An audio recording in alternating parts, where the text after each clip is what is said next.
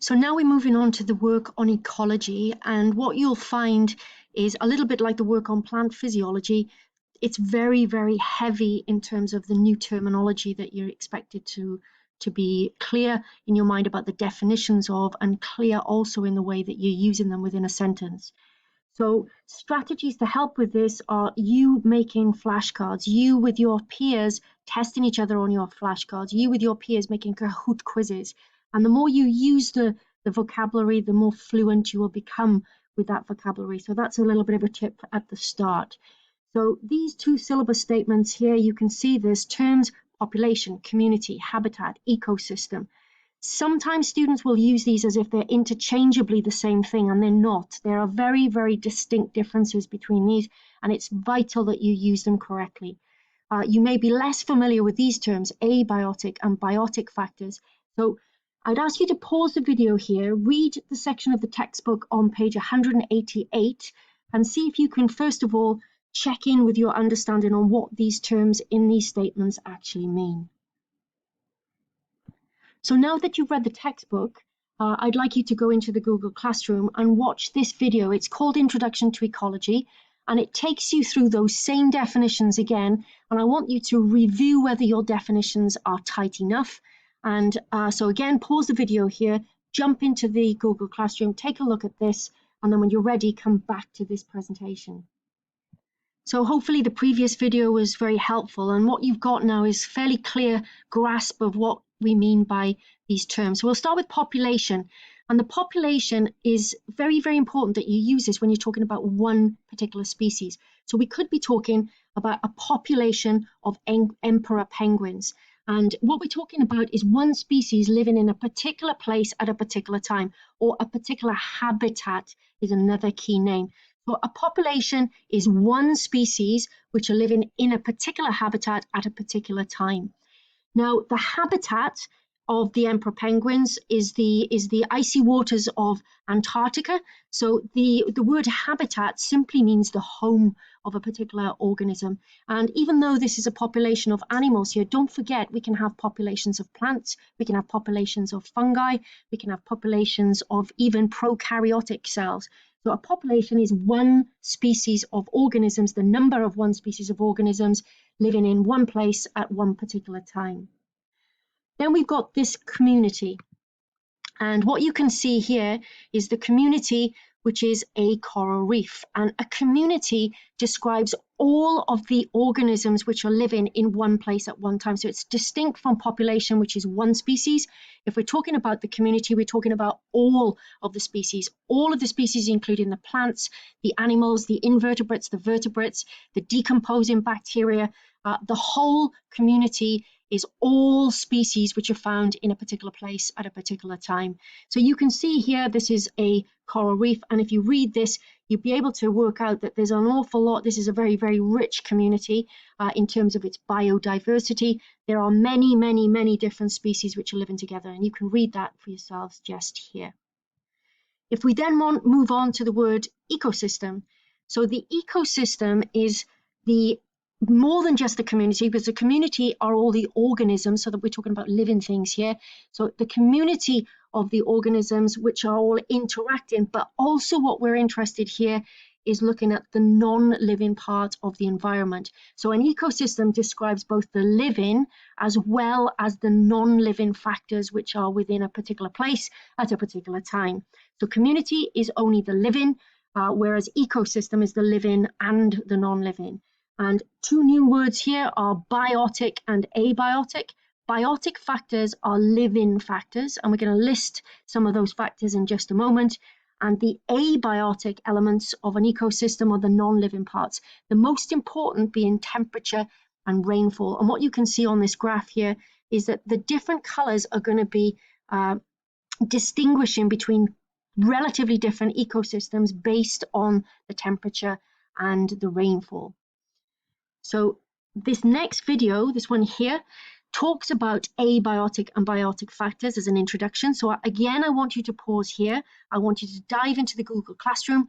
I want you to find this video, play this video, scribe some notes about what is meant by biotic and abiotic factors, and then return here, and hopefully I can unpack them even further and we can go deeper. So hopefully the last video again was very helpful, and again I want to pull your attention to the textbook, and page 193 is detailing some distinctions and examples of biotic and abiotic factors. So once I've gone through this, again I would like you to dip into the book, and I want you to make sure that you've got notes here. Now because you're triple, when you get to look at past papers for paper 2, what you'll find is that there's actually question number 1 of paper 2 is a type of question where you're given a particular reading for comprehension task, and they're often associated with ecology, and it will require you to think slightly out of the box. So the more reading and the more thinking that you do about things like these abiotic and biotic factors, the better. So I'm just going to draw your attention to a few that often get muddled up. This one here, interspecific competition and intra-specific competition. You already probably appreciate the English meaning of the word competition. So competition is when you're having a battle for something. So one of you can win and one of you can lose. So if we're talking about interspecific competition, what we're talking about here is competition between two different sorts of species. So perhaps you've got two different sorts of species which are competing for light to do photosynthesis, and those organisms which can grow faster and grow higher perhaps have got a competitive advantage. But interspecific means competition between two different species. Intraspecific competition means competition between the same species. So you could have the same species of strawberry plant competing for water within the soil. And again, the ones which have got longer, more extensive root system are going to win that particular competition. They can have a competitive advantage. All of these are spoken about within the textbook in page 293, and hopefully this will become clear to you. But again, please make sure that you are thinking about these terms very carefully. Flashcards of these definitions also are very, very positive. If there's anything on there with the reading that you don't understand, you need to come back and question me explicitly so that we're clear on this work. Then we've got the abiotic, the non-living things.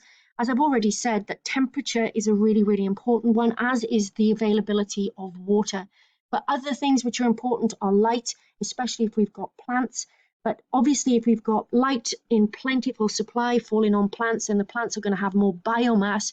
And the more biomass, the more plant material there, then the food chain, which is what we're going to talk about later on, is going to be much more productive. So temperature is important. Link this idea of temperature to what we already know about enzymes. So all the enzymes of metabolism are going to operate at a temperature which is optimum for those. pH, especially pH of the soil, is important. Salinity within the soil is also important. Oxygen availability in water is an unusual one. Nitrate levels, obviously we've met this idea already that we need nitrate for the growth of the plant. So that's also very, very important. So all these things are non-living, but they're going to have an impact on living organisms. All these are living organisms having another impact on another living organism. So please be clear between the distinctions, and please make sure that you've got a clear understanding of what all of these terms mean. Make notes from page 193. So this is the syllabus statement here, and it's saying that the abiotic and the biotic factors can affect the population size. Remember that population is talking about the numbers of one particular species. So if we think about the abiotic factors, just think about, first of all, rainfall and temperature. Rainfall and temperature are going to be key factors within the environment, an abiotic factor that are going to affect the population of plants, animals, etc. within a particular place. Now, all organisms are going to find that they are able to be adapted in one particular place. Let me rephrase that, actually, I just made a mess. The organisms which are living in a particular place are living there and they're thriving there because they've got adaptations to the abiotic factors, rainfall and temperature. And I'm going to show you some examples in just a moment. Obviously, biotic factors are also going to affect the population size, and key thing here is the number of predators. If the number of predators increases, then that's going to decrease the population of the prey. Other things being a host of diseases, etc., etc. So we've got biotic factors which can also affect population size. But let's look at some examples to try and unpack this idea of adaptation a little bit more clearly. So this is the Phoenix fox. He lives in North Africa, and I want you to pause the video and think, Why has this fox got such big ears? Okay, I also want you to dive into the Google Classroom, and this is posted, this is a video posted about a snake which is living in the Mojave Desert, and I want you to pause the video now. Think about why this organism has such big ears. Watch this video. You don't have to watch the whole 5 minutes, just the first few minutes will do. And pause and think, what are the abiotic and biotic factors which are impacting these organisms? And how do you think they are adapted to living in that particular place? Well, let's see if you are correct. So I've summarized what I'm going to say here, but the Phoenix fox in North Africa has got those great big ears for two reasons. First of all, this fox lives in North Africa. It actually lives in an area which is extremely dry and extremely hot. And the ears are doing two things. They're allowing the Phoenix fox to listen very carefully to organisms, usually underground organisms, insects, which they feed off as food. So those ears are pretty good at detecting sound and allows them to be good predators of the insect. Also, the ears are full of tiny, tiny blood capillaries, and those blood capillaries allow the Phoenix fox to lose radiation, to lose heat by radiation and cool the organism down because it lives in a hot place. So the Phoenix fox is really, really good at being adapted to surviving in North Africa. So the snake, okay, again, this organism lives in a desert environment. So we're talking hot, we're talking dry. And again, there are two reasons why this particular organism moves in a way that it does. It lives on sand, and sands will move around. So that kind of action will allow the serpent to keep the traction. The second reason that it moves in that particular way is that it means that only two parts of the organism are in contact with the hot sand at any given time. So both of these, this one is a behavioral adaptation and this one is a structural adaptation, but organisms will be adapted to live and thrive in the abiotic environments in which they live. The population size will also be impacted by the biotic factors, things like disease, things like predators, things like the availability of food to eat, etc. One more quick example is here. Okay, you can read this for yourself, but this organism, okay, is going to eat this. And as you can see, that doesn't look particularly appetizing and it looks like it could be quite dangerous to eat. But this particular organism has got an adaptation which allows it to live in that environment. So if we go back to where we began, okay, terminology rich, make sure that you have got notes from the textbook, notes from the video, which make it clear what these terms actually mean, and also make sure that you're clear in your understanding of how biotic and abiotic factors affect the population size and the distribution of organisms. So the distribution of organisms, they can only live where they've got adaptations, and these two factors, how do they specifically allow the population to flourish or decrease? And again, look at the textbook.